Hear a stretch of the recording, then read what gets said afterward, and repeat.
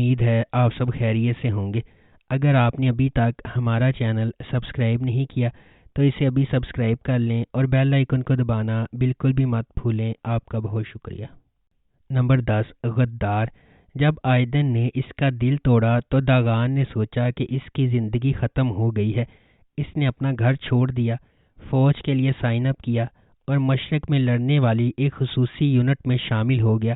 اب 2 سال کی سخت ڈیوٹی کے بعد داغان کی سروس ختم ہو گئی ہے۔ گھر آنے کا وقت ہو گیا ہے، لیکن گھر ایسا نہیں ہے جیسا کہ داغان کو یاد ہے۔ اس کا خاندان بکھر گیا ہے اور اس کے پرانے پڑوس نے ایک تاریک انڈر ورلڈ کو راستہ دے دیا ہے۔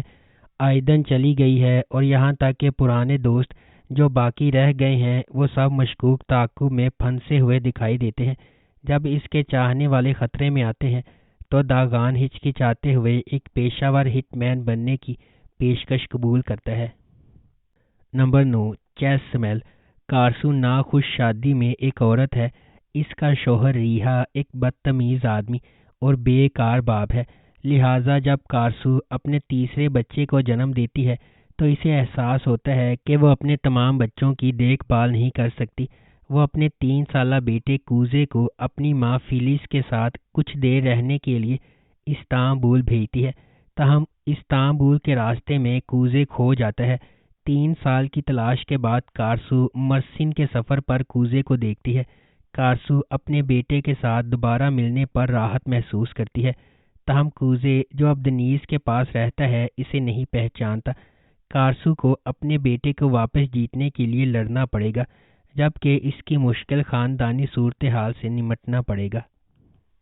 نمبر 8، تاش کاگت مکاس۔ تاش کاگت مکاس نے امت تانیرکولو کی زندگی کا مطالعہ کیا، جو کہ ایک غریب محلے سے تعلق رکھنے والا نوجوان ہے جس کی یادداشت کی غیر معمولی صلاحیت ہے جسے ہائپر تھائیمیا کہا جاتا ہے۔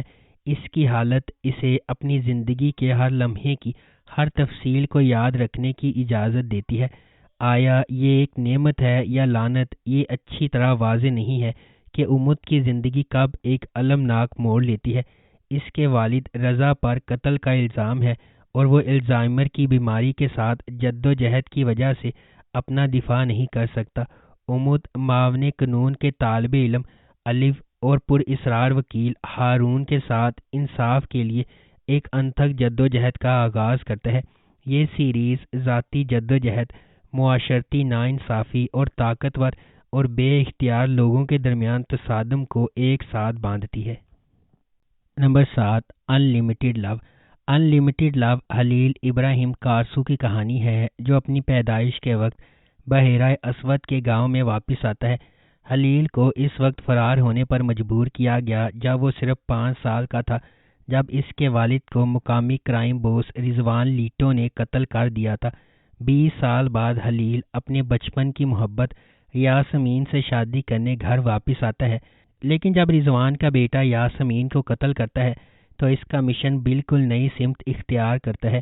خلیل رضوان لیٹو کو تباہ کرنے کے واحد مقصد کے ساتھ ایک آدمی کی فوج بن جاتا ہے۔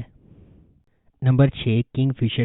خالی ساگا زیورات کی ایک بڑی سلطنت کا مالک اور کورہان خاندان کا سربراہ ہے۔ اگرچہ اس کا بیٹا اورہان اور سب سے بڑا پوتا فواد زیادہ تر کاروبار چلاتے ہیں، پھر بھی وہ کمپنی میں سب سے اہم فیصلے کرتے ہیں۔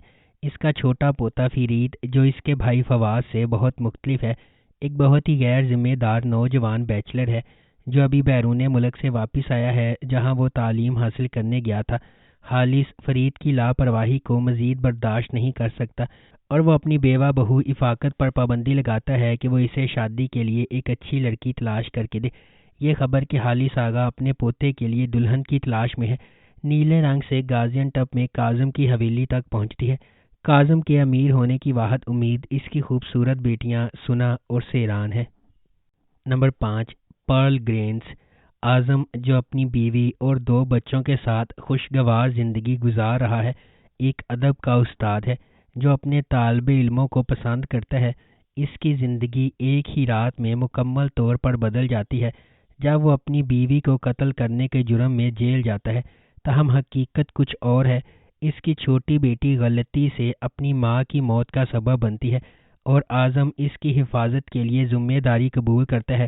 اعظم جس نے 4 دیواری کے درمیان کئی سال گزارے ہیں، جیل سے باہر آنے پر اس کا ایک ہی مقصد ہے، اپنے بچوں کو ڈھونڈنا اور ان کے ساتھ کھانے کی میز پر دوبارہ بیٹھنا، لیکن یہ بالکل آسان نہیں ہوگا۔ Number 4، mountain heart. تانیر ایک نوجوان انوینٹر ہے جو موڑ کے بیچ میں واقع گدیلی نامی ایک چھوٹے سے قصبے میں رہتا ہے۔ تانیر اور اس کے کزن ویسل اور رمضان برسوں سے ہوائی جہاز بنانے کا خواب دیکھ رہے تھے، اور بالآخر وہ اسے بنانے میں کامیاب ہو گئے، اور ساتھ ہی وہ ایک کمپنی کو اپنے ہوائی جہاز کو دیکھنے اور اس میں سرمایہ کاری کرنے پر راضی کرنے میں کامیاب ہو گئے۔ کمپنی نے شہر میں انجینئر بھیجنے کا فیصلہ کیا۔ یہ انجینئر ایک حیران کن نام تھا، اس کے بچپن کا پیار دلک۔ Number 3، red birds.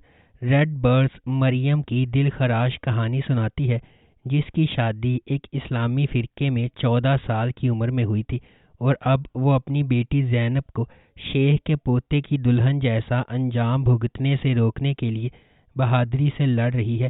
اس کی بھابھی کی رہنمائی میں، جو فرقے کی ایک سابق رکن ہے، انہیں احساس ہوا کہ انہیں فرقے کے طاقتور چنگل سے زینب کو بچانے کے لیے بھاگنا چاہیے۔